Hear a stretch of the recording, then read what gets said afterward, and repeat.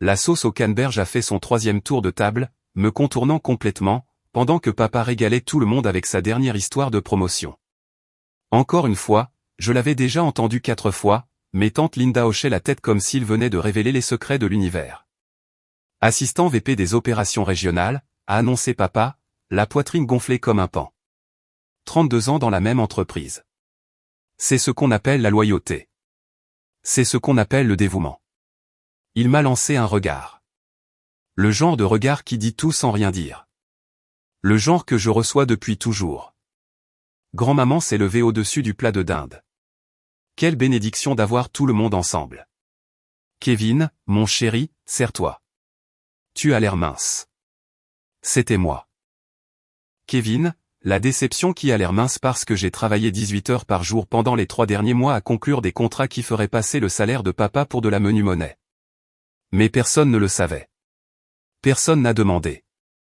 Kevin a toujours été difficile, a renchéri maman comme si j'avais encore 7 ans. Tu te souviens quand il ne voulait rien manger de vert?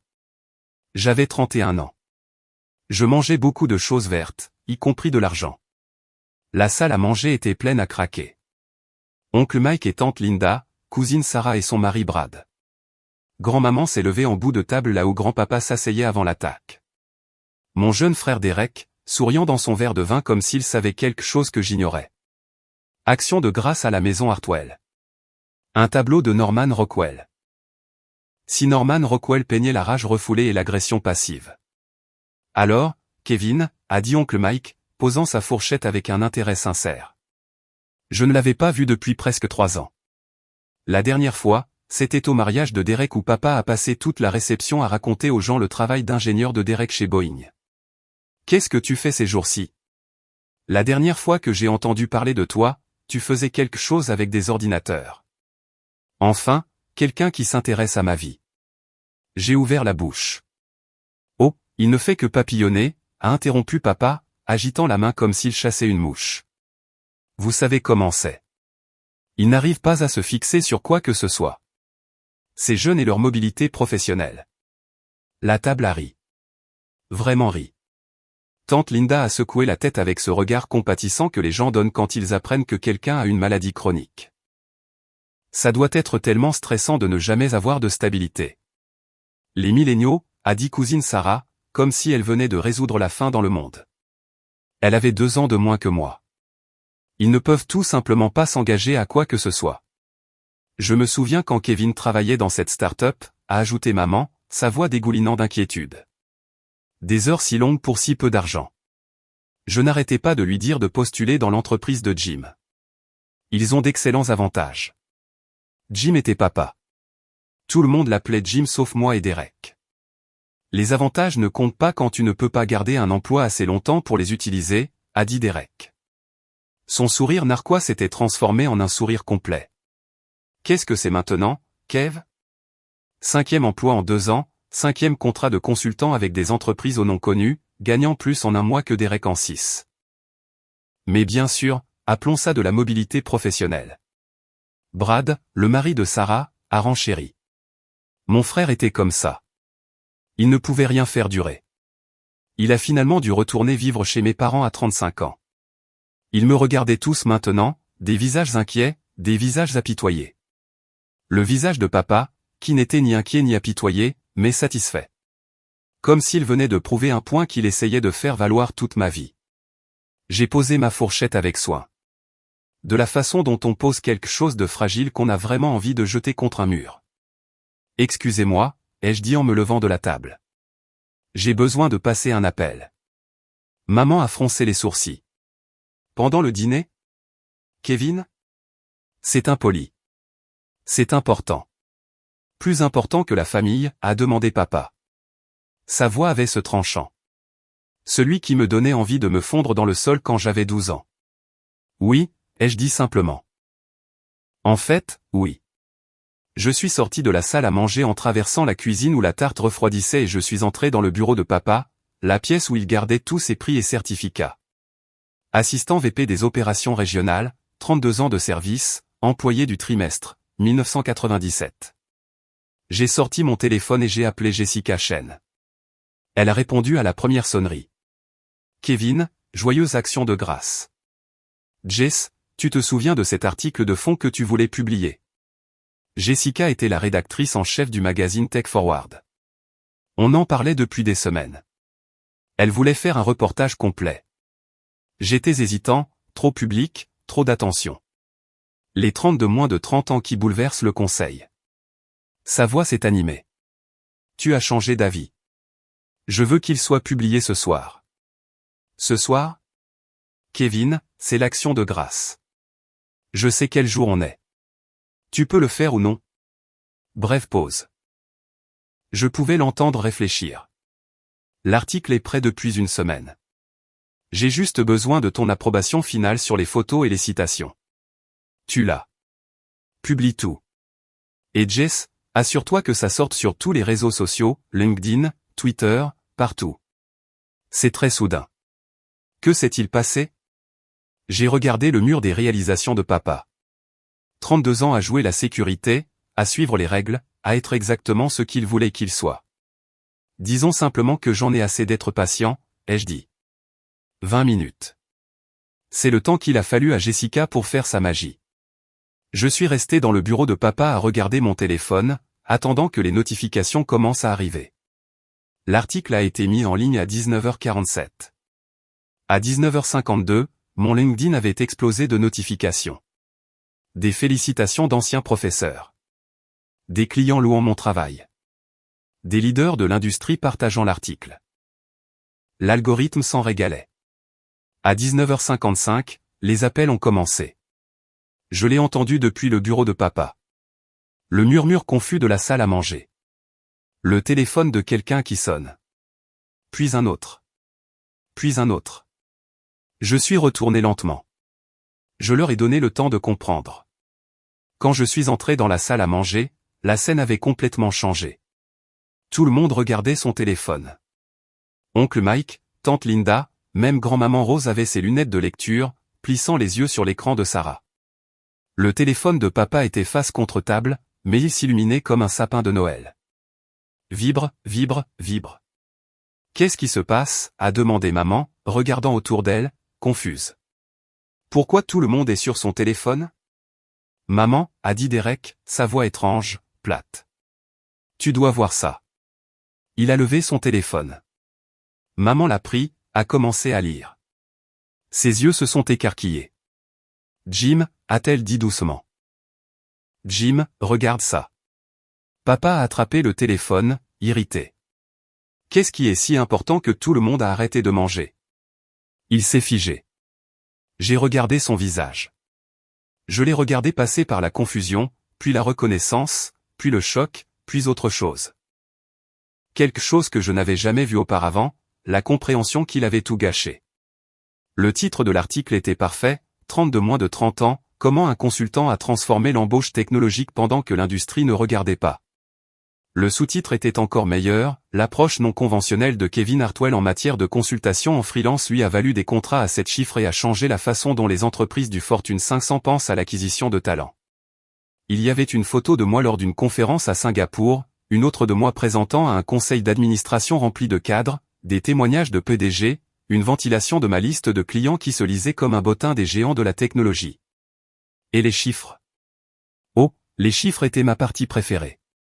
2,3 millions, a lu oncle Mike à voix haute, sa voix stupéfaite. Tu as gagné 2,3 millions l'année dernière? C'est vrai? Tante Linda a demandé, Kevin, c'est vraiment toi? J'ai sorti mon téléphone, je leur ai montré mon profil LinkedIn, actuellement partagé par tous ceux qui comptent dans mon secteur. Ouais, c'est moi, celui qui ne fait que papillonner. Papa regardait toujours l'écran. Son téléphone n'arrêtait pas de sonner. Différents médias, publications économiques, relations LinkedIn auxquelles il n'avait pas parlé depuis des années, tous soudainement très intéressés par son fils. Pourquoi tu ne nous l'as pas dit? La voix de maman était faible. J'ai essayé. Chaque fois qu'on parlait, tu changeais de sujet. À chaque réunion de famille, vous supposiez que j'étais en échec. Vous n'avez jamais vraiment demandé ce que je faisais. Vous avez juste décidé.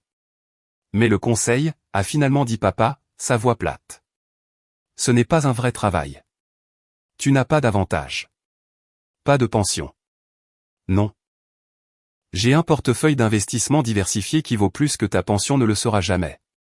J'ai une assurance maladie qui couvre tout, y compris les soins dentaires et la vision, et j'ai la liberté de travailler quand je veux, comme je veux, avec des gens qui apprécient vraiment ce que je fais. La table était devenue complètement silencieuse, à l'exception du bourdonnement constant des téléphones. Kevin, a dit grand-maman Rose doucement. Elle était la seule à manger encore. Pourquoi tous ces gens appellent ton père? Parce qu'il travaille dans la technologie, ai-je expliqué. Opération régionale DRH. Tout le monde veut savoir comment il a élevé un fils aussi prospère. Ils veulent des conseils, des idées. Ils pensent qu'il a dû faire quelque chose de bien. Le visage de papa est passé du pâle au rouge. Mais le plus drôle, c'est, ai-je continué, il n'a rien fait. Il a juste supposé que j'étais en échec et n'a jamais pris la peine de le vérifier. Le sourire narquois de Derek avait complètement disparu. 2 millions. 2,3 et ça ne vient que de l'année dernière. Cette année est en voie d'être plus élevée. Mais tu t'habilles comme, Sarah s'est interrompue, regardant ma chemise de flanelle et mon jean usé. Comme quelqu'un qui n'a besoin d'impressionner personne. Ouais. Il s'avère que quand tu es bon dans ce que tu fais, les vêtements n'ont pas d'importance. Les résultats, oui. Cousin Brad avait affiché l'article sur son propre téléphone. Il est écrit ici que tu as conseillé 6 entreprises du Fortune 500 en un an. 7 maintenant. Je viens de signer un nouveau contrat la semaine dernière. Mais je ne serais au courant de rien, n'est-ce pas, papa, puisque je ne fais que papillonner. La salle à manger était devenue un cirque. Tout le monde parlait en même temps, les téléphones sonnaient, tante Linda essayant de lire tout l'article à voix haute. Oncle Mike posant des questions sur ma stratégie d'investissement. Maman ayant l'air complètement perdue. Derek s'est levé. C'est des ordures. Tu as probablement payé pour cet article. Tu as acheté ton chemin dans le. Asseyez-vous, Derek. C'était grand-maman Rose. Sa voix n'était pas forte, mais tout le monde a arrêté de parler. Kevin, a-t-elle dit, me regardant par-dessus ses lunettes. Ton grand-père aurait été fier. Il a toujours dit que tu avais quelque chose de spécial, quelque chose que les autres n'avaient pas. Les mots de grand-maman Rose sont restés en suspens comme une bénédiction. Papa avait l'air d'avoir été giflé. Maman, a-t-il commencé, mais elle a levé la main. Je n'ai pas fini. Elle a tamponné sa bouche avec sa serviette, prenant son temps. Jim, tu fais ça depuis que Kevin était au lycée. Tu te souviens quand il a obtenu cette bourse pour Stanford? Tu as dit à tout le monde qu'il n'était entré que grâce à la discrimination positive pour les garçons blancs de la classe moyenne. Je n'ai jamais dit. Tu étais là à la fête de Noël. J'étais juste là. Grand-maman Rose a coupé un autre morceau de dinde avec une précision chirurgicale. Et quand il a obtenu son diplôme plus tôt avec les honneurs, tu as dit aux gens que c'était parce que le programme était facile. Quand il a refusé cet emploi dans une entreprise pour se lancer dans le conseil, tu l'as traité de fou. À mon dîner d'anniversaire, la table était devenue un musée. Tout le monde figé en regardant ça se dérouler. Pendant 32 ans, Jim, tu as joué la sécurité, tu as suivi toutes les règles, tu n'as jamais pris de risque. Et tu sais quoi? C'est bien. Ça a marché pour toi. Mais tu ne pouvais pas supporter que Kevin choisisse différemment, qu'il puisse réellement réussir en faisant les choses à sa façon. Le téléphone de papa a sonné à nouveau. Il a refusé sans regarder. Le pire, a continué grand-maman Rose, c'est que tu t'es fait ça à toi-même. Tu aurais pu avoir une relation avec un fils qui est clairement brillant dans ce qu'il fait.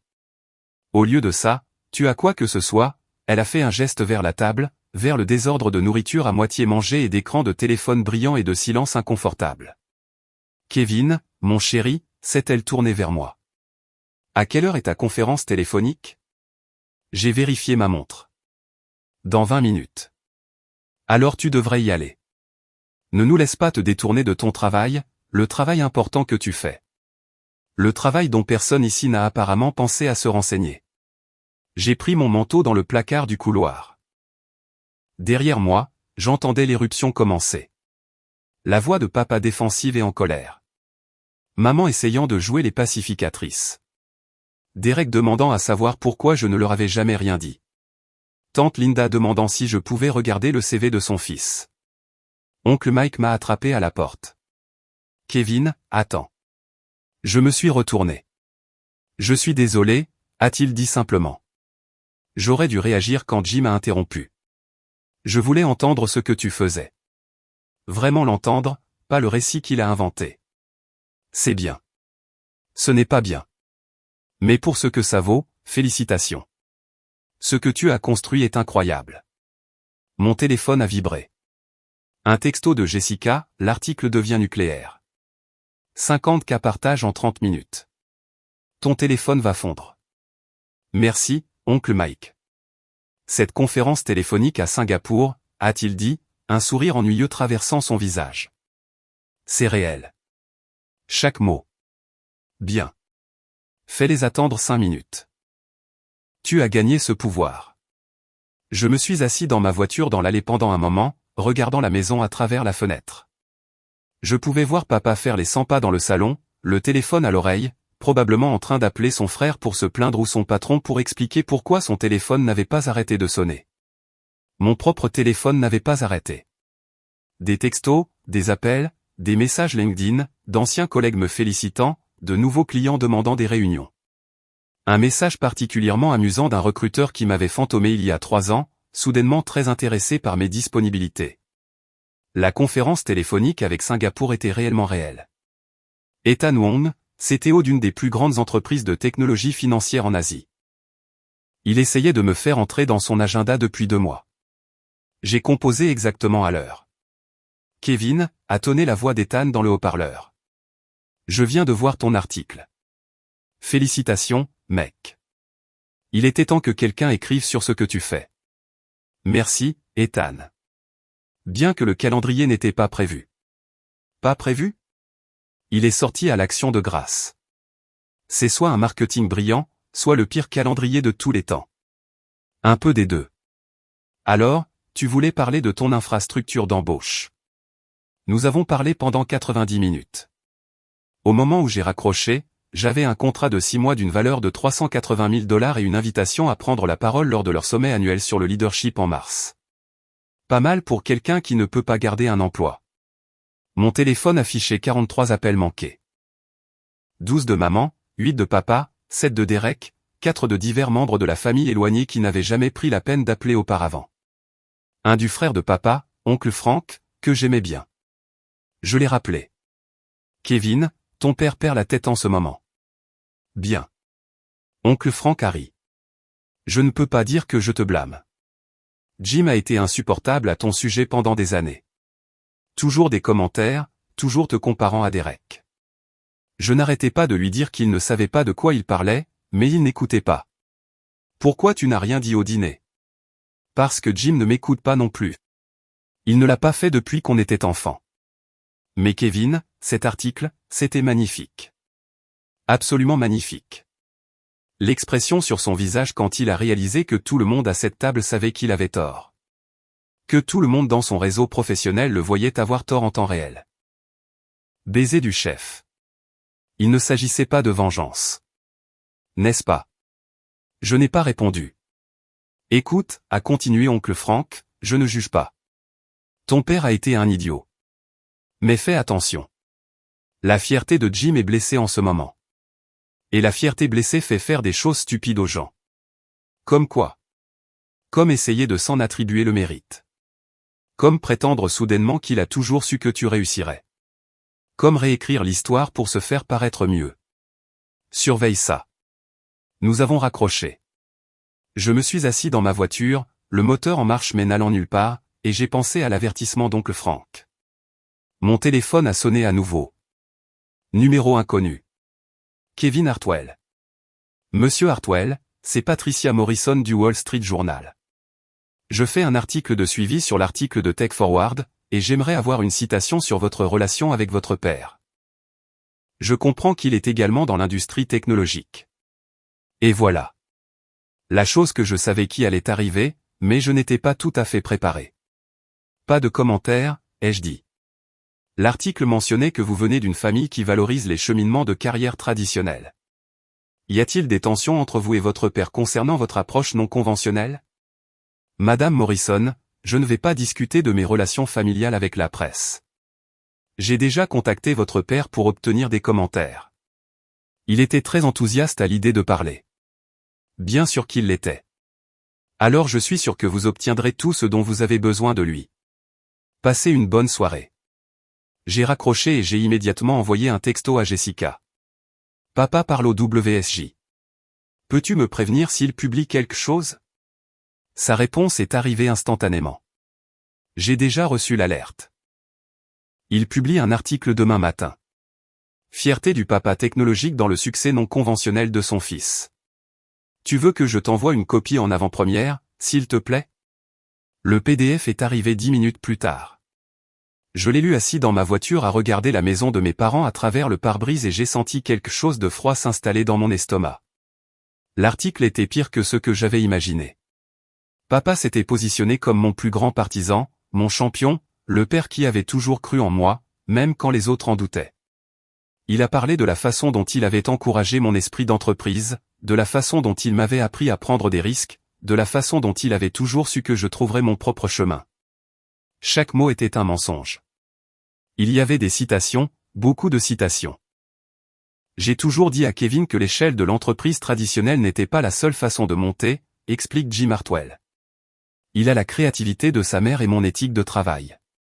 Je savais que cette combinaison l'emmènerait loin.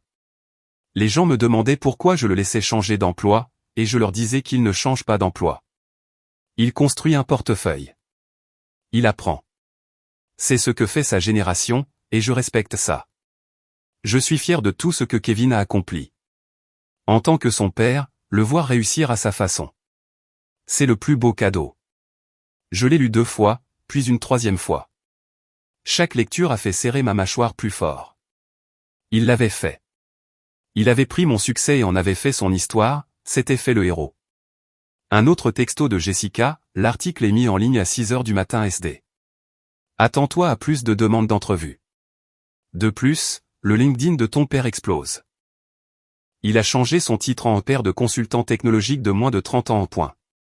J'ai réellement ri. C'est sorti amer et tranchant.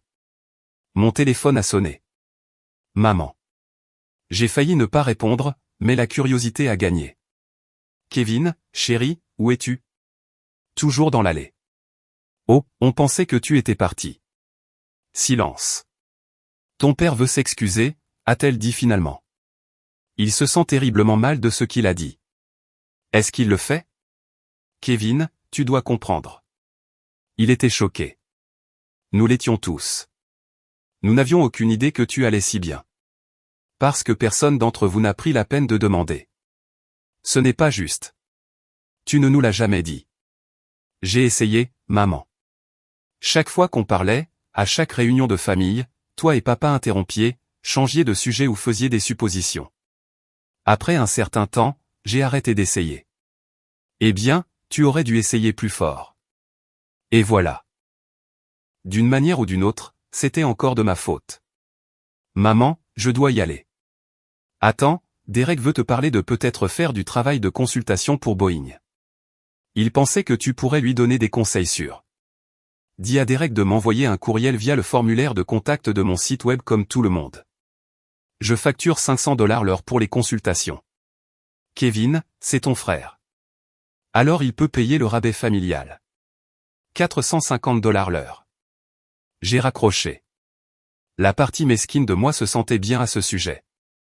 La partie qui se souvenait de Derek riant de moi pendant le dîner, la partie qui se souvenait de chaque commentaire suffisant, de chaque regard méprisant, de chaque fois qu'il s'était positionné comme le frère à succès. Un autre appel. Papa. Je l'ai laissé aller à la messagerie vocale. Puis un autre et un autre. Au 4e appel, j'ai répondu, Kevin, mon fils, nous devons parler de l'article du Wall Street Journal. Silence. Alors tu as vu ça? J'ai des amis au journal, papa. Bien sûr que je l'ai vu. Écoute, ils ont demandé un commentaire. Qu'est-ce que j'étais censé dire? La vérité. Que tu n'avais aucune idée de ce que je faisais parce que tu n'as jamais demandé. Que tu as rejeté mon travail au dîner ce soir devant toute la famille. Que tu as passé des années à supposer que j'étais en échec au lieu de vérifier. Je ne peux pas dire ça au Wall Street Journal. Non, mais tu peux leur mentir à la place. Te faire paraître bien. T'attribuer le mérite de mon succès. C'est définitivement la meilleure option. Kevin, tu n'es pas raisonnable. J'ai ri. Réellement ri. Je ne suis pas raisonnable? Papa, tu as dit à un journaliste que tu avais toujours cru en moi. Tu as dit que tu avais encouragé mon esprit d'entreprise. Tu veux savoir ce que tu m'as réellement dit quand j'ai refusé cet emploi dans une entreprise. Tu as dit que je faisais la plus grande erreur de ma vie. Tu as dit que je le regretterais. Tu as dit que je reviendrais en rampant dans un an pour demander de l'aide. J'essayais de te protéger. Tu essayais de me transformer en toi, en quelqu'un de sûr et prévisible et traditionnel. Et quand j'ai choisi différemment, tu n'as pas pu le supporter. Tu n'as pas pu supporter que je puisse réellement réussir en faisant les choses à ma façon. Ce n'est pas vrai. Alors pourquoi as-tu dit à tout le monde ce soir que je papillonnais entre les emplois? Pourquoi as-tu ri quand tante Linda m'a traité de mobile professionnel? Pourquoi as-tu laissé Derek insinuer que j'étais un échec? Pas de réponse. L'article est mis en ligne à 6 heures du matin, ai-je dit. Tu as 12 heures pour décider si tu veux doubler les mensonges ou essayer d'être honnête pour une fois. Kevin, je suis. J'en ai fini, papa.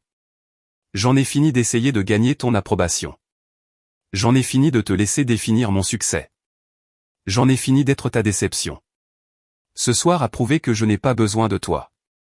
Je n'en ai jamais eu besoin. J'ai raccroché. Mes mains tremblaient. Adrénaline, colère, soulagement, le tout mélangé dans un cocktail qui me laissait électrique et épuisé en même temps. Un dernier texto de Jessica, Kevin, je reçois des demandes pour une entrevue de suivi. Quelque chose de plus personnel sur ton parcours, tes dynamiques familiales, le cheminement non traditionnel. L'intérêt est énorme. Pourrait être une page couverture. J'ai regardé le message pendant un long moment. C'était ça, l'option nucléaire.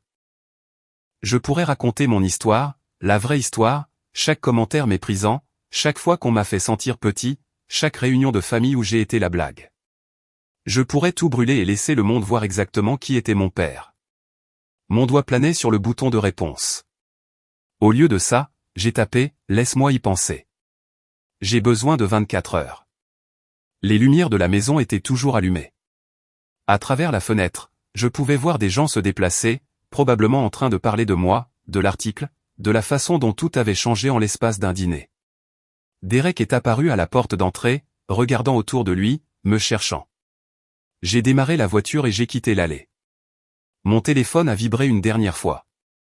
Grand-maman Rose, ton grand-père serait fier. Ne les laisse pas te prendre ça. GR. Je suis retourné à Seattle où ma vraie vie m'attendait. Où les clients appréciaient mon travail. Où les collègues respectaient mon expertise. Où j'avais construit quelque chose de réel, quelque chose de mien, quelque chose que personne ne pouvait enlever. L'horizon de la ville est apparu vers 23 heures. Mon téléphone avait finalement commencé à ralentir. Seulement 20 messages non lus au lieu de 100. J'étais presque à la maison quand un autre appel est arrivé. Numéro inconnu. J'ai failli l'ignorer, mais quelque chose m'a poussé à répondre. Kevin Hartwell. Monsieur Hartwell, c'est Marcus Thompson de Forbes. Je sais qu'il est tard, mais je voulais vous joindre avant demain. Nous prévoyons un article de fond sur les jeunes consultants qui bouleversent les industries traditionnelles, et votre nom est revenu à plusieurs reprises dans nos recherches. L'article de Tech Forward a juste confirmé ce que nous avions déjà entendu. Qu'avez-vous entendu? Que vous êtes le meilleur dans ce domaine? Que vous avez révolutionné la façon dont les grandes entreprises abordent l'acquisition de talents? Que vous êtes la personne que tout le monde appelle quand elle a un problème que personne d'autre ne peut résoudre. C'était étrange d'entendre mon travail décrit de cette façon. J'avais été tellement concentré sur le travail que je n'avais pas vraiment pris le temps de réfléchir à l'impact. Nous aimerions faire un profil approfondi, a continué Marcus, votre méthodologie, votre philosophie, votre trajectoire, potentiel de page couverture réelle. Seriez-vous intéressé? 2 publications majeures en une seule journée. Les 2 voulant raconter mon histoire. Puis-je vous demander quelque chose, ai-je dit. Pourquoi maintenant? Je fais ce travail depuis 3 ans. Pourquoi tout le monde s'y intéresse-t-il soudainement? Honnêtement, l'angle d'intérêt humain. Le texte Tech Forward mentionnait, vous venez d'une famille d'entreprises traditionnelles. C'est une histoire de David contre Goliath. Le fils qui a rejeté la voix de son père et a prouvé qu'il avait raison. Les gens adorent ce récit. Ce n'est pas de ça qu'il s'agit, n'est-ce pas? J'ai pensé au visage de papa quand il a vu l'article, au mensonge qu'il avait raconté au Wall Street Journal, à ces 31 années où on m'a fait me sentir inférieur. Je vais y réfléchir, dis-je. Très bien. Puis-je vous envoyer quelques questions préliminaires? Sans engagement de votre part. Bien sûr. Nous avons raccroché. Je me suis garé dans le garage de mon immeuble et suis resté assis là un moment, moteur éteint, entouré de béton et de néon. Mon téléphone a vibré. Un SMS d'un numéro inconnu. C'est Sarah, la femme de Brad, votre cousine. Désolé pour le dîner. C'était raté. Quoi qu'il en soit, je travaille au RH dans une start-up tech et nous avons de gros problèmes de fidélisation. Seriez-vous ouvert à une consultation? Je suis heureuse de payer votre tarif normal. Puis un autre de tante Linda. Kevin, je sais que la soirée a été embarrassante, mais je me demandais si tu avais des conseils pour Marc. Il a obtenu son diplôme l'année dernière et a du mal à trouver du travail dans la tech. Pourrais-tu lui consacrer quelques minutes? Puis Derek, il faut qu'on parle. Pas de Boeing. Juste, il faut qu'on parle. Tout le monde voulait quelque chose maintenant. Maintenant qu'il savait que j'avais de la valeur, maintenant que mon succès était public et quantifiable. Je n'ai répondu à personne. Pas ce soir-là. Au lieu de cela, je me suis versé un whisky, je me suis assis sur mon balcon donnant sur la ville et j'ai ouvert mon ordinateur portable. L'article de Tech Forward avait été partagé 127 000 fois. Mon profil LinkedIn avait gagné 4 000 nouveaux abonnés. L'analyse de mon site web montrait une augmentation de 2000% du trafic. Ma boîte de réception était un désastre, demande de clients, demande d'intervention, invitation à des podcasts et, enfoui là-dedans, 3 autres messages de papa. J'ai ouvert le premier. Kevin, s'il te plaît, appelle-moi. Nous devons en parler correctement. Je suis désolé si je t'ai blessé ce soir. Ce n'était pas mon intention. Papa, si je t'ai blessé, pas je suis désolé d'avoir eu tort. Pas je suis désolé d'avoir dénigré ton travail. Si le deuxième email était plus long, fils, j'ai réfléchi à ce que tu as dit. Tu as raison de dire que je n'ai pas pleinement compris ce que tu faisais, mais tu dois comprendre mon point de vue. Je viens d'une génération où la sécurité de l'emploi signifiait tout, où la loyauté envers une entreprise était récompensée, où l'on gravissait les échelons lentement et sûrement. J'essayais de te protéger des erreurs. Peut-être que je m'y suis mal pris, mais mon cœur était au bon endroit. Pouvons-nous s'il te plaît parler, papa? Mieux. Toujours en train de se dérober, mais mieux. Le troisième email était arrivé il y a 20 minutes. Kevin, l'article du WSJ cause des problèmes au travail. Les gens posent des questions. Les RH veulent me parler du maintien des limites professionnelles et de la conduite appropriée sur les médias sociaux. J'ai besoin que tu publies une déclaration soutenant ce que j'ai dit dans l'article. Quelque chose sur le fait que j'ai toujours été favorable. Cela m'aiderait beaucoup ici. Et voilà. Il n'était pas désolé. Il avait des ennuis et il voulait que je mente pour l'en sortir. J'ai fermé l'ordinateur portable sans répondre. Mon téléphone a sonné à 6h47 du matin. J'étais réveillé depuis 6h à lire l'article du Wall Street Journal qui venait d'être publié. La section des commentaires était brutale. On dirait une opération de relations publiques. Si son fils a autant de succès, pourquoi n'avons-nous jamais entendu le père en parler auparavant? Mon père a fait le même coup. C'est attribuer le mérite de tout après des années de critiques. Comportement typique de narcissique. Que quelqu'un vérifie si Jim Hartwell travaille réellement dans la tech ou si c'est une autre invention. L'appel venait donc Franck. As-tu vu les commentaires sur l'article du WSJ? Je les lis maintenant. Le LinkedIn de ton père est en train d'être détruit. Les gens ressortent ses anciens posts. Il s'avère qu'il a été plutôt discret à ton sujet au fil des ans. Pas de poste de félicitations. Pas de moment de fierté de papa. Juste beaucoup de choses sur Derek. J'ai consulté le LinkedIn de papa. Oncle Frank avait raison. Des posts sur la remise de diplôme de Derek, le travail de Derek chez Boeing, la promotion de Derek, le mariage de Derek. Rien sur moi, à part un seul post datant d'il y a 4 ans. Fils a obtenu son diplôme de Stanford aujourd'hui. Moment de fierté de papa. Pas de photos. Pas de détails. 43 likes. Comparez cela au post sur la remise de diplôme de Derek. Galerie de photos complète. Long paragraphe sur les réalisations de Derek. 372 likes. Des douzaines de commentaires de félicitations. Internet fait le travail à ta place, a dit oncle Frank. Les gens remarquent la divergence. Je ne voulais pas ça. N'est-ce pas, Kevin?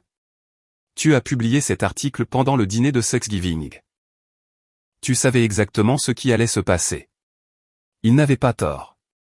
Ton père panique, a continué oncle Frank. Il m'a appelé à minuit pour me demander de publier quelque chose de positif sur LinkedIn. Quelque chose sur le fait qu'il a toujours été le plus grand supporter de Kevin. Je lui ai dit, non, merci. Ne me remercie pas. J'aurais dû dire quelque chose il y a des années. Nous aurions tous dû le faire. Nous avons tous regardé Jim te démolir et nous l'avons juste laissé faire parce que c'était plus facile que de le confronter. Après avoir raccroché, j'ai fait du café et je me suis assis pour m'occuper de ma boîte de réception. En commençant par les trucs liés au travail, les choses vraiment importantes, demande d'un client d'une entreprise du Fortune 100 à Chicago, engagement potentiel de 6 mois, $420 000, invitation à une conférence technologique à Austin, $15 000 plus les frais, demande de podcast d'une émission avec 2 millions d'auditeurs, demande d'interview de Harvard Business Review, 3 chasseurs de tête distincts offrant des postes de direction avec des salaires de départ de plus de $300 000. Toutes choses vers lesquelles je me suis efforcé de travailler depuis 3 ans. Toute validation qui n'avait rien à voir avec mon père ou son opinion. Mais je mentirais si je disais que ça ne faisait pas du bien d'avoir la preuve, d'avoir les reçus, d'avoir la preuve publique indéniable que je n'étais pas un échec. Mon téléphone a vibré. Derek appelle. J'ai laissé sonner. Il a rappelé immédiatement. Au 3e appel, j'ai répondu. Quoi? Bon sang, Kevin, j'essaie de te joindre depuis ce matin. Je suis occupé. Certains d'entre nous ont du travail. Coup bas. Je m'en fichais. Écoute, je dois m'excuser pour hier soir. J'ai été un crétin. J'aurais dû te défendre quand papa parlait et je ne l'ai pas fait. Je suis désolé. D'accord. Silence. C'est tout? Juste et d'accord? Qu'est-ce que tu veux que je dise, Derek? Tu veux le pardon? Très bien. Tu es pardonné. Tu veux une relation? Je ne sais pas si je peux te donner ça pour le moment. Papa panique. L'histoire du WSJ se passe mal pour lui. Bien. Kevin, étais-tu au courant de ce qu'il a dit dans cet article? Les mensonges sur le fait qu'il m'a toujours soutenu? Je veux dire, j'ai vu l'article ce matin et... Ouais, ce n'est pas exactement exact. C'est complètement faux. Chaque mot. Il ne m'a jamais soutenu. Il m'a activement saboté à chaque occasion. Et maintenant, il utilise mon succès pour se faire bien voir. Et tu veux que je quoi? Que je me sente mal que les gens le remarquent. C'est notre père. C'est ton père. Le mien a disparu il y a des années. Derek s'est tué un instant. Ce n'est pas juste. Non. Ce qui n'est pas juste, c'est d'être traité comme une déception pendant des années alors que je construisais quelque chose de réel. Ce qui n'est pas juste, c'est d'être ridiculisé pendant le dîner de famille alors que je conclus littéralement des contrats à $1 million. Ce qui n'est pas juste, c'est que papa mente à la presse sur notre relation et s'attende à ce que je soutienne son histoire. Il a fait une erreur. Il a fait un choix. Plusieurs choix sur des années. Ce n'était pas un mauvais moment, Derek. C'était une habitude. Alors quoi? Tu en as juste fini? Tu le laisses tomber? Je me protège. Il y a une différence. Maman pleure. Tu le sais, n'est-ce pas? Elle pleure depuis ce matin. Le coup de la culpabilité. Classique. Alors peut-être qu'elle aurait dû dire quelque chose hier soir quand papa m'humiliait. Peut-être qu'elle aurait dû dire quelque chose les centaines de fois où il a dénigré mon travail au cours des 3 dernières années. Mais elle ne l'a pas fait. Elle ne le fait jamais. Elle ne fait que l'encourager et ensuite elle est choquée quand il y a des conséquences. Kevin, voyons. J'ai une réunion dans 10 minutes avec un client qui valorise mon travail, qui me paie très bien pour résoudre ces problèmes. Je dois y aller. Ce n'est pas fini. Si, Derek, c'est fini. J'ai raccroché et j'ai immédiatement reçu un SMS de maman. Pourquoi ne réponds-tu pas aux appels de ton père? Il est très contrarié. Cela cause des problèmes avec son travail. Tu dois faire une déclaration. J'ai bloqué son numéro, puis celui de papa, puis celui de Derek. Le seul numéro de téléphone de la famille que je n'ai pas bloqué était celui de grand-mère Rose. Ma réunion était avec Rachel Goldman, PDG d'une entreprise technologique à San Francisco. Nous parlions depuis des semaines de la refonte de toute leur infrastructure de recrutement. L'appel Zoom était censé être notre dernière négociation avant la signature des contrats. Elle est apparue à l'écran à l'heure exacte, son bureau visible derrière elle. Moderne, cher, réussi. Kevin, félicitations pour l'article, mais je dois admettre que ça me rend nerveuse. Pourquoi? Parce que tu vas devenir très cher et très indisponible. Toutes les entreprises du pays vont vouloir travailler avec toi maintenant. Mes tarifs sont mes tarifs et j'honore mes engagements. Si nous signons ce contrat, vous m'aurez pendant les 6 mois complets, quelles que soient les autres offres qui se présentent. Bien, parce que nous avons besoin de toi. Notre processus de recrutement est cassé et cela nous coûte des millions de dollars en perte de productivité. Tu m'as été fortement recommandé, mais après avoir lu ton travail, je suis convaincu que tu es la seule personne qui puisse régler ce problème. Nous avons passé 90 minutes à passer en revue les détails. À la fin, j'avais un contrat signé pour 380 000 dollars et une date de début dans 2 semaines. C'était le 4e contrat important que je signais en autant de mois. Entre les honoraires de conseil, les interventions et les postes au sein de conseils consultatifs, j'étais en passe de dépasser les 3 millions cette année, tout en passant d'un emploi à l'autre. Mon téléphone a vibré avec un email de Jessica de Tech Forward. Kevin, petit avertissement. L'employeur de ton père vient de publier une déclaration se distançant de ses commentaires du WSJ. Ils disent que ses opinions ne reflètent pas les valeurs de l'entreprise en matière de soutien au parcours professionnel diversifié. Tu devrais peut-être te préparer. J'ai consulté le site web de l'entreprise. Bien sûr, c'était là. Un communiqué de presse soigneusement rédigé qui jetait essentiellement papa sous le bus tout en maintenant une dénégation plausible. Bien que nous respections les opinions personnelles de nos employés, les opinions exprimées par Jim Hartwell concernant les choix de carrière de son fils ne reflètent pas l'engagement de Vert.ex Solutions à soutenir les parcours professionnels innovants et non traditionnels dans l'industrie technologique. Traduction, nous nous couvrons le cul parce que ton père nous a donné une mauvaise image. Un autre email. Celui-ci d'une personne que je n'ai pas reconnue au début. Puis j'ai vu la signature. Patricia Morrison, Wall Street Journal. Monsieur Hartwell, je donne suite à l'article d'hier. Plusieurs lecteurs ont souligné des incohérences entre les commentaires de votre père et son historique documenté sur les médias sociaux. Seriez-vous disposé à faire une déclaration? Je suis particulièrement intéressé par votre point de vue sur l'affirmation de votre père selon laquelle il a toujours soutenu vos choix de carrière. Pour le contexte, j'ai examiné l'activité LinkedIn de Jim Hartwell au cours des 5 dernières années et j'ai trouvé peu de mentions de vos réalisations.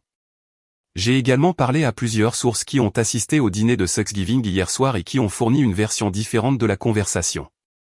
Je vous donne la possibilité de raconter votre version de l'histoire avant que l'article de suivi ne soit publié demain matin. Veuillez me contacter dans les plus brefs délais.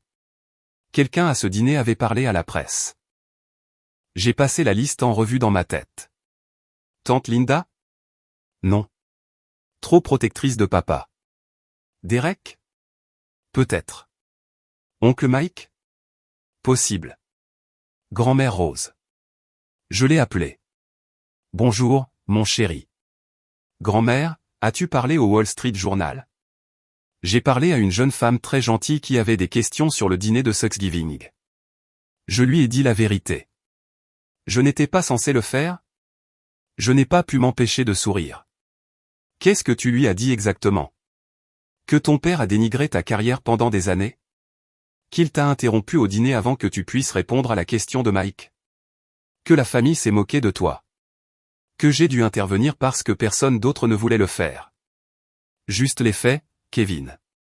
Les faits vont le détruire. Bien. Il le mérite. Il t'a détruit en silence pendant des années. C'est de bonne guerre. On dirait que tu apprécies ça. C'est le cas. Ton grand-père et moi avons construit quelque chose de réel. Nous avons pris des risques. Nous avons parié sur nous-mêmes. Et on nous a dit que nous échouerions à chaque tournant. Les gens comme ton père, les gens qui jouent la sécurité et qui se moquent de ceux qui ne le font pas, ils méritent d'être rabaissés. C'est ton fils et tu es mon petit-fils. Je l'ai vu te démolir à chaque réunion de famille. Je l'ai vu te faire douter de toi. Je l'ai vu prendre chaque réalisation que tu as obtenue et la transformer en une blague. Alors, oui, j'aime le voir faire face aux conséquences. J'aimerais juste avoir fait quelque chose plus tôt. Nous avons parlé pendant quelques minutes de plus. Elle a posé des questions sur mon travail, elle a vraiment demandé et elle a vraiment écouté. Elle voulait en savoir plus sur l'accord avec Singapour et la demande d'interview de Forbes. Elle m'a dit qu'elle avait déjà commandé 5 exemplaires du magazine Tech Forward. Encadre-en un pour ton bureau, dit-elle. Mets-le là où les clients peuvent le voir. Fais-leur savoir qu'ils travaillent avec quelqu'un qui est reconnu comme le meilleur. Après avoir raccroché, je me suis assis avec mon café et j'ai pensé à l'email de Patricia Morrison, à l'article de suivi, au choix que je devais faire. Je pouvais rester silencieux, laisser les faits parler d'eux-mêmes, laisser papa creuser sa propre tombe sans mon aide. Ou je pouvais raconter mon histoire, toute l'histoire, chaque commentaire méprisant, chaque fois où on m'avait fait me sentir inutile, chaque réunion de famille où j'avais été la tête de turc. Mon téléphone a vibré. Numéro inconnu. J'ai failli ne pas répondre. Kevin Hartwell.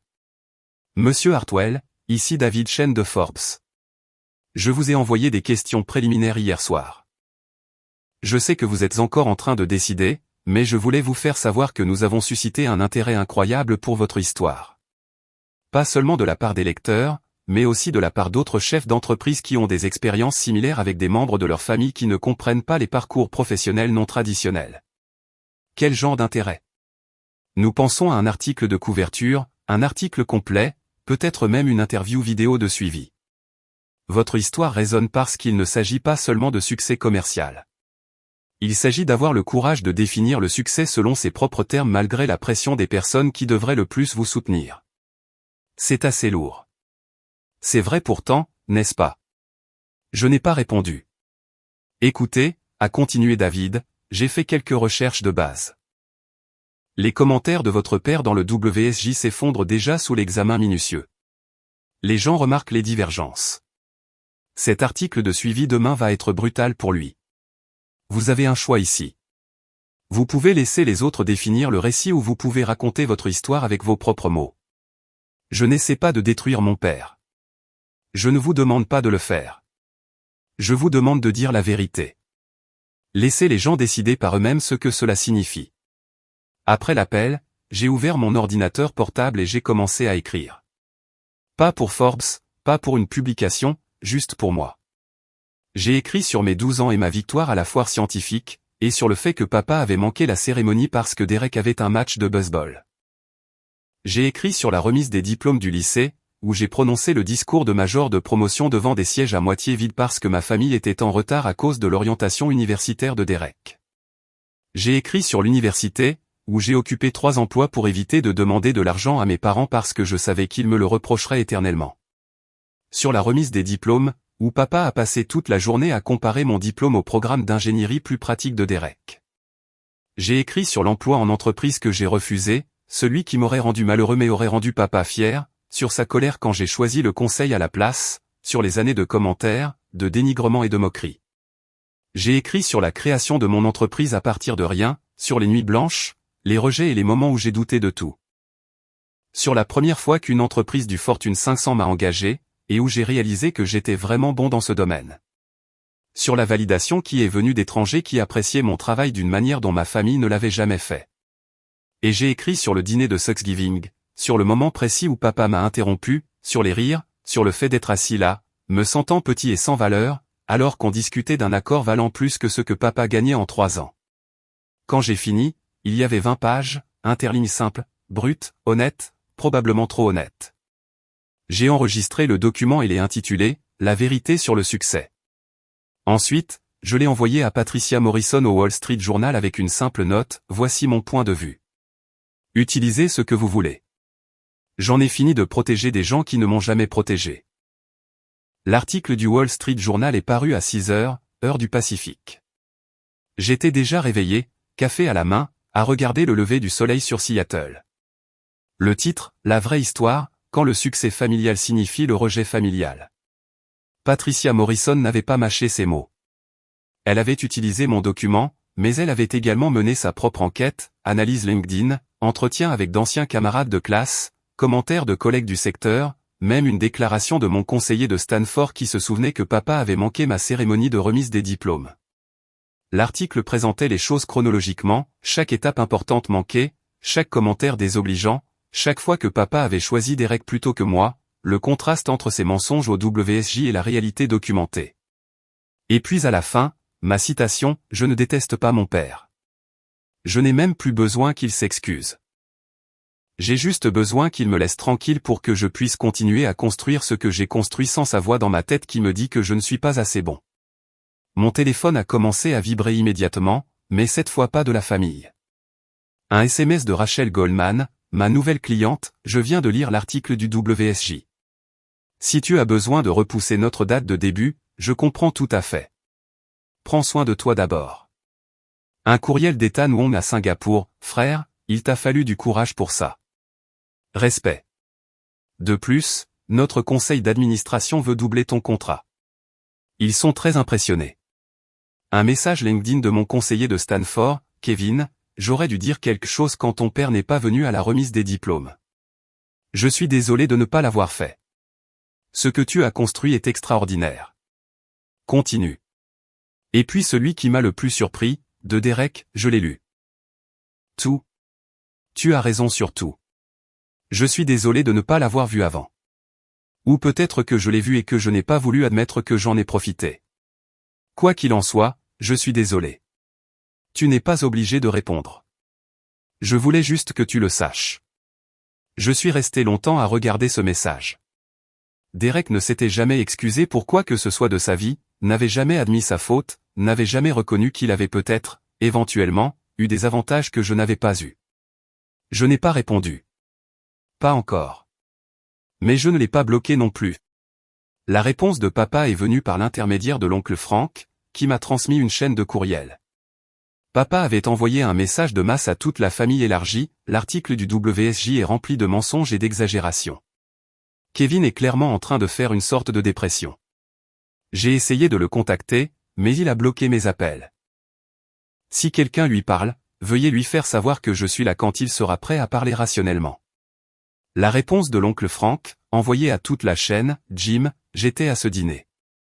J'ai vu ce qui s'est passé. Kevin ne fait pas une dépression. Il fait une percée. Il y a une différence. La réponse de grand-maman Rose, Kevin a dit la vérité. Si tu ne peux pas le supporter, c'est ton problème, pas le sien. Personne d'autre dans la chaîne de courriel n'a répondu. Le silence était assourdissant. À midi, l'article avait été partagé 200 000 fois. Les publications économiques publiaient des articles de suivi, le coût caché de la pression familiale sur les jeunes professionnels, quand les parents deviennent des obstacles au succès, le père qui n'a pas pu supporter le succès de son fils. Papa était devenu une étude de cas, une mise en garde, l'exemple de ce qu'il ne faut pas faire. Mon téléphone a sonné. Forbes. Kevin, c'est David Chen. Avez-vous vu la réponse à l'article du WSJ? Difficile de le manquer. Nous voulons avancer rapidement sur notre reportage, un article de couverture complet. Votre méthodologie, votre succès, mais aussi ceci, il a fait une pause. Ce courage de définir le succès malgré la pression familiale. Cela résonne avec tout le monde, des étudiants au cadre supérieur. C'est plus grand que les affaires. C'est culturel. Pour quand en auriez-vous besoin? Hier. Mais en réalité, nous pouvons réaliser une entrevue en 72 heures si vous êtes disponible. J'ai regardé mon calendrier, 3 appels clients, 2 négociations de contrat, une conférence à Portland que je n'allais certainement plus faire. Faisons-le. L'entrevue pour Forbes s'est déroulée sur Zoom, pendant 2 heures. David a posé des questions sur ma méthodologie, mon approche client, ma philosophie d'entreprise, mais il a également posé des questions sur le dîner de Thanksgiving, sur l'article de papa dans le WSJ, sur ce que ça faisait de voir mon succès publiquement dénigré par la personne qui aurait dû en être la plus fière. J'ai été honnête, douloureusement honnête, sur les années où je me suis senti sans valeur, sur la construction d'une entreprise prospère tout en doutant constamment de moi parce que la voix de papa était toujours là, me disant que je faisais une erreur. Sur le moment du dîner où j'ai réalisé que je n'avais plus besoin de son approbation, que j'avais déjà réussi malgré lui, pas grâce à lui. Pensez-vous que vous vous réconcilierez un jour, a demandé David. Je ne sais pas. Pour l'instant, je n'en ai même pas envie. Peut-être que cela me rend mesquin.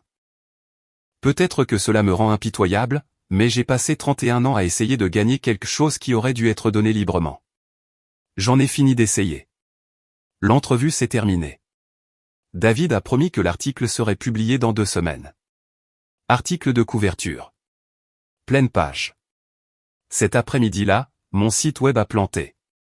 Trop de trafic. Mon développeur web a appelé en panique. Kevin, tu reçois 50 000 visites par heure. Nous devons tout mettre à niveau. Fais-le. Ça va coûter cher. Je m'en fiche. Fais-le. Le soir, j'avais reçu 47 nouvelles demandes de clients, 17 demandes de conférences, 3 offres de contrats de livre et un courriel particulièrement intéressant d'un capital risqueur de la Silicon Valley qui voulait financer un cabinet de conseil construit autour de ma méthodologie. Kevin, je suis ton travail depuis des mois. La publicité de cette semaine n'a fait que confirmer ce que je savais déjà. Tu as identifié une véritable lacune dans la façon dont les entreprises abordent les talents. Je veux investir 5 millions de dollars dans la construction de quelque chose de plus grand. Sans condition. Tu conserves le contrôle créatif. Parlons-en. 5 millions de dollars pour construire quelque chose que je construisais déjà de toute façon, juste plus grand et plus vite. L'oncle Mike a appelé ce soir-là. Ton père a des problèmes au travail. De vrais problèmes. Les RH enquêtent pour savoir si ses commentaires publics constituent un conflit d'intérêts. Quelque chose à propos de l'utilisation de son poste pour promouvoir l'entreprise d'un membre de sa famille, même si vous n'avez jamais travaillé ensemble. C'est ridicule. Ça l'est. Mais les entreprises paniquent à propos de l'image, et en ce moment, l'image de Jim est terrible. Va-t-il perdre son emploi? Je ne sais pas. Peut-être. Probablement pas renvoyé, mais rétrogradé. Certainement possible. Je suis resté assis avec cette information, essayant de comprendre ce que j'en pensais. Me demandes-tu de faire quelque chose? Ai-je finalement dit. Non, je te le dis juste. Ce que tu fais de cette information, c'est à toi de voir. Après avoir raccroché, j'ai consulté le profil LinkedIn de papa. Son profil était en train d'être détruit. Des commentaires sur chaque publication. Des gens qui ressortent de vieilles photos où j'étais visiblement absent. Des collègues du secteur qui prennent leur distance. Un commentaire se démarquait, j'ai travaillé avec Jim pendant 10 ans. Il parlait constamment de ses fils, mais c'était toujours Derek ceci, Derek cela. Je ne savais même pas qu'il avait un autre fils avant cette semaine. Cela vous dit tout ce que vous devez savoir. Maman a envoyé un courriel qui a contourné mon blocage d'une manière ou d'une autre. Kevin, s'il te plaît. Ton père a fait des erreurs, mais il les paie maintenant. Il pourrait perdre son emploi. Est-ce ce que tu veux? Qu'il perde tout à cause d'un mauvais moment. J'ai répondu. La seule réponse que je leur ai envoyée à tous les deux depuis Thanksgiving, ce n'était pas un mauvais moment, maman. C'était 31 ans de moment. Je ne l'ai pas forcé à mentir au WSJ. Je ne l'ai pas forcé à dénigrer ma carrière à chaque occasion. Je ne l'ai pas forcé à me traiter comme une déception tout en traitant Derek comme un enfant chéri. Il a fait ça. Ce sont ses conséquences, pas les miennes. Je n'essaie pas de le détruire. J'essaie juste de me protéger enfin. Il y a une différence. Je n'ai pas eu de nouvelles. L'article de Forbes a été publié 13 jours plus tard. Article de couverture, comme promis. La photo était moi dans mon bureau entouré du travail que j'avais construit. Professionnel, confiant, prospère. Le titre, le succès à vos propres conditions, comment Kevin Hartwell a construit un empire de conseil en technologie pendant que sa famille ne regardait pas, l'article était tout, ma méthodologie, ma liste de clients, mes chiffres de revenus, mais aussi l'histoire personnelle, la dynamique familiale, le courage qu'il a fallu pour choisir une voie que tout le monde autour de moi disait être mauvaise, puis prouver qu'ils avaient tort. La réponse a été accablante. LinkedIn a explosé, Twitter est devenu tendance, des comptes Instagram dédiés au fait de se choisir par rapport aux attentes familiales. Je suis devenu un symbole pour quelque chose de plus grand que moi, pour tous ceux qui avaient été dénigrés par leur famille, pour tous ceux qui construisaient quelque chose de réel pendant que les gens qui devraient les soutenir les démolissaient à la place. Derek a envoyé un autre message. J'ai vu l'article de Forbes. Tu as l'air heureux. Vraiment heureux. Je ne pense pas t'avoir jamais vu comme ça. Je suis content que tu l'aies trouvé, même si nous ne faisions pas partie du voyage. Cette fois, j'ai répondu « merci ». Ça veut dire quelque chose. Pas de pardon, pas de réconciliation, mais une reconnaissance. Peut-être que c'était suffisant pour l'instant. Grand-maman Rose a encadré les 2 couvertures de magazines et les a accrochées dans son salon. M'a appelé pour dîner pour fêter ça. Ton grand-père aurait adoré ça, a-t-elle dit en versant du vin. Il a toujours dit que les gens qui font en sorte que ça ait l'air facile n'ont jamais eu de chemin facile. Tu l'as prouvé. Je n'ai pas entrepris de prouver quoi que ce soit. Je sais. C'est pour ça que c'est important. Tu n'essayais pas de faire valoir un point. Tu essayais de construire quelque chose de réel. Le point s'est fait tout seul. Papa ne s'est jamais excusé. Pas directement. Mais 3 mois après Thanksgiving, j'ai reçu une lettre, manuscrite, envoyée à mon bureau. Kevin, je ne m'attends pas à ce que tu me pardonnes. Je ne sais même pas si je le mérite, mais j'ai besoin que tu saches que je le vois maintenant. Ce que j'ai fait pendant des années. L'oncle Frank m'a forcé à m'asseoir et à parcourir de vieilles photos de famille. Sais-tu que tu es à peine sur aucune d'entre elles? Je ne l'ai jamais remarqué. J'étais toujours concentré sur Derek, le poussant toujours en avant. Et je n'ai jamais vu que je t'éloignais. Je me suis dit que j'étais pragmatique, que je te protégeais de la déception. Mais en réalité, j'avais juste peur. Peur que ton succès puisse être différent du mien. Et si ça marchait, cela signifiait que j'avais gaspillé ma vie à jouer la sécurité. Te voir réussir malgré moi, peut-être même parce que tu as dû te battre contre moi, c'est dur à avaler. Tu n'avais pas besoin de moi. Tu n'as jamais eu besoin de moi. Et je pense que c'est ce que je ne pouvais pas supporter. Je ne demande rien. Je voulais juste que tu saches que je comprends enfin. Je suis fier de toi. J'aurais dû le dire il y a des années. Papa. J'ai lu ça 3 fois. J'ai pleuré un peu. Je l'ai mis dans le tiroir de mon bureau. Je n'ai pas répondu. Peut-être un jour, mais pas aujourd'hui. Aujourd'hui, j'avais des appels clients, des négociations de contrats, une conférence à Londres, une entreprise à diriger, une vie que j'avais construite sans son approbation. Et c'était suffisant.